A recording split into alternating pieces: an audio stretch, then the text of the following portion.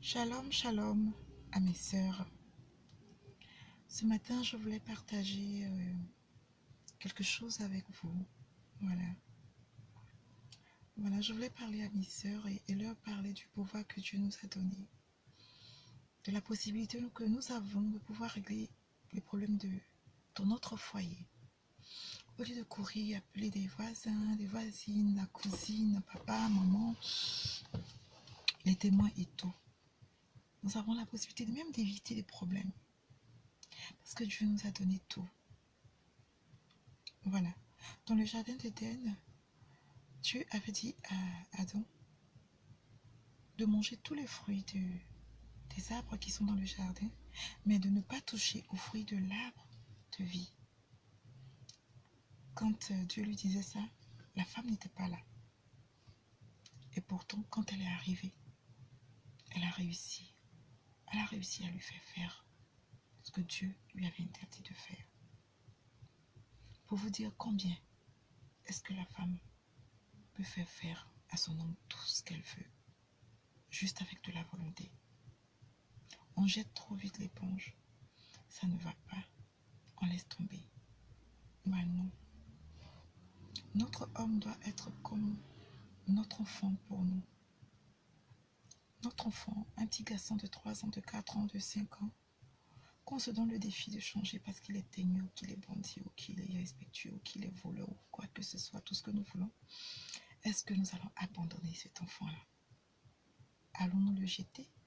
Parce que la maîtresse a appelé pour dire, madame, l'enfant il est trop bandit, il est trop teigneux, oh là là, je peux pas. Est-ce que tu vas l'abandonner? Tu ne vas pas l'aider? Tu ne vas pas tout faire pour qu'il soit un homme meilleur? Voilà ce que nous devons nous dire. Parce que dans le foyer, la femme, c'est la femme qui est la plus stable dans le foyer. Celle qui est plus sage, c'est la femme. L'homme, il est encore comme ça. Mais c'est toi qui dois être comme ça. Avoir la tête sur les épaules. Quand monsieur il sort, il arrive. Il ne faut pas attacher ton visage. Ça te fait mal, c'est vrai. Accueille-le avec un sourire. Pose-lui des questions sur sa journée. Quand il est fatigué, qu'il ne veut pas en parler, n'en parle pas. Laisse-le. Ça va lui passer. Après, il voudra te raconter sa journée. Donne-lui à manger. Occupe-toi de lui. Quand il est dans son téléphone, ça t'énerve. Viens t'asseoir tout près de lui, chérie. J'ai envie de partager des trucs avec toi. Voilà, j'ai envie qu'on parle un peu. Il va déposer son téléphone, il va t'écouter. Ne le pose pas dehors. Ne le pose pas dehors. Par des disputes. Par plein de chacasseries. Quand le gars il te fait des reproches, écoute et ne parle pas. C'est ce que nos mères ont fait. On dit, ah non, maman, avant, ils n'étaient pas heureuses dans leur foyer. Elles étaient obligées de rester dans leur foyer. Mais pourtant, ils ont duré dans le foyer. Elles sont pas allées de monsieur en monsieur. De monsieur en monsieur. Elles sont restées là. Parce que nous, on a trop gros cœur. Notre gros cœur a fait que on ne laisse plus le gars. On va le laisser, on va partir. Mais ce que tu t'en vas trouver devant là, ça sera pire que ce que tu as laissé. Pourquoi ne pas prendre ce que tu veux laisser là? Arranger ça pour que ce soit bon pour toi. Le gars il nous fait des reproches. On va s'asseoir, on va parler. On ne laisse même pas le gars placer un seul mot. On compte sur quoi, mais puis on a la bouche comme ça, alors qu'on n'a pas force. Le gars, quand il va te toucher, tu vas aller crier dans tout le quartier que le monsieur t'a frappé. Alors qu'il ne voulait même pas te frapper, c'est juste parce que tu l'as énervé. Tu parles trop. Il faut te maîtriser. S'il ne t'a pas tapé, il va sortir. Quand il va dormir là-bas, tu vas trouver que monsieur a découché. Alors que c'est toi-même qui l'as chassé. C'est pas notre comportement on éjecte l'homme du foyer. On a trop de principes. On est trop autoritaire dans le foyer là. C'est la femme qui veut porter la culotte maintenant. L'homme laisse l'homme porter sa culotte. Il a toujours été le chef de famille. Il a été créé avant nous. Nous n'avons été pris que de son côté. Un petit côté comme ça. C'est nous, on veut monter sur la tête du monsieur. Pourquoi? On ne peut pas monter sur sa tête. Il ne peut pas. Naturellement, l'homme n'accepte pas que sa femme lui monte dessus. Parce qu'il a été créé comme ça, naturellement. Même quand il n'a rien. Même s'il n'a pas 5 francs. Il faut le respecter. Parce que l'homme, c'est qui le nourrit, c'est qui le fait grandir, c'est qui le valorise, c'est le respect. La femme, c'est la femme qui a besoin d'être aimée. L'homme, il a besoin d'être respecté. Même si il a 100 000 francs, il a 50 000 francs et que toi tu as 1 million, mais 800 000 francs de salaire, c'est ton homme. Quand tu rentres du boulot, là, déshabille-toi, rentre dans la cuisine, fais à manger à ton mari, apporte-lui à manger. Il ne faut pas laisser tout dans les mains de la servante parce que tu es trop fatigué. Et c'est la servante qui fait tout. Monsieur veut manger de tes mains. Tu es docteur même. Tu rentres dans la cuisine, tu fais à manger à ton mari. Le jour où tu ne travailles pas, tu mets la main à la pâte, tu prépares. Ton mari mange. Tu laves ses dessous. Tu t'occupes personnellement de ses habits, de ses affaires. Fais-toi toute petite devant ton mari. Fais-toi toute petite. Il te fait des reproches, bébé, j'ai compris. Qu'il ait l'impression qu'il a gagné. Toi, tu sais ce que tu attends. En faisant ça, tu sais que tu veux juste avoir ton homme. C'est une forme de manipulation. C'est un petit secret. Juste pour avoir ton homme. Parce que moi, j'ai remarqué quelque chose quand je sors, quand je regarde autour de moi. Les femmes qui sont mariées, les femmes qui portent les alliances, ce n'est pas des femmes extraordinaires. Ce n'est pas des Miss Monde. Elles ne sont pas extraordinaires.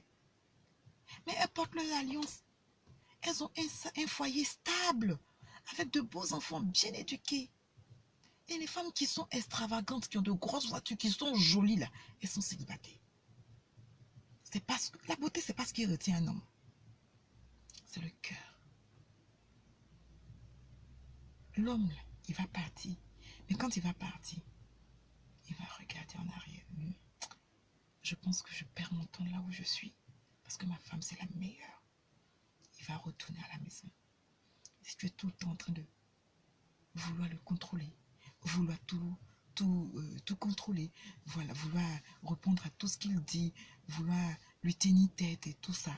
Non, ça ne va pas marcher. Ça ne marchera pas. Voilà. Parce qu'on se justifie quand le gars il nous dit telle chose, moi je vais se justifier. Arrêtons, laissons nos amis et qu'on soit en dehors de notre foyer. C'est notre foyer. La seule personne qui peut faire marcher ton foyer, c'est toi. C'est pas tes amis. C'est pas tes amis. Tes amis ne viendront pas gérer ton foyer. Elles te diront, oh, c'est pas un bon mec, laisse-le. Alors qu'elle-même là, elle cherche le gars. Elle cherche foyer. Laisse-le. Elles vont venir le récupérer. Il faut arranger ta chose. C'est sale. C'est tombé par terre. Prends. Nettoie ça, essuie ça. Et puis dépose. C'est pas parce que c'est tombé que tu vas prendre, tu vas jeter. Quelqu'un d'autre va prendre, il va nettoyer, puis il va prendre. Donc faisons attention. Femmes, nous devons être sages. Nous devons être un exemple de sagesse, d'humilité, beaucoup d'humilité. Il faut que nous soyons celles-là qui boostent le gars, même si ça ne va pas, bébé. Ça va aller. Je vais te soutenir. Les gens dehors n'ont pas besoin de savoir que c'est toi qui payes la maison. Ils n'ont pas besoin de savoir que c'est toi qui payes la nourriture. C'est toi qui payes l'école des enfants parce que ça ne va pas. Aujourd'hui, c'est monsieur. Quand la belle-sœur demande, ma belle, et ton mari? J'ai ma belle-sœur, je ne t'ai pas dit, ton frère là, hier, il n'a pas dormi à la maison. Hein. Ça fait une semaine que je ne le vois pas.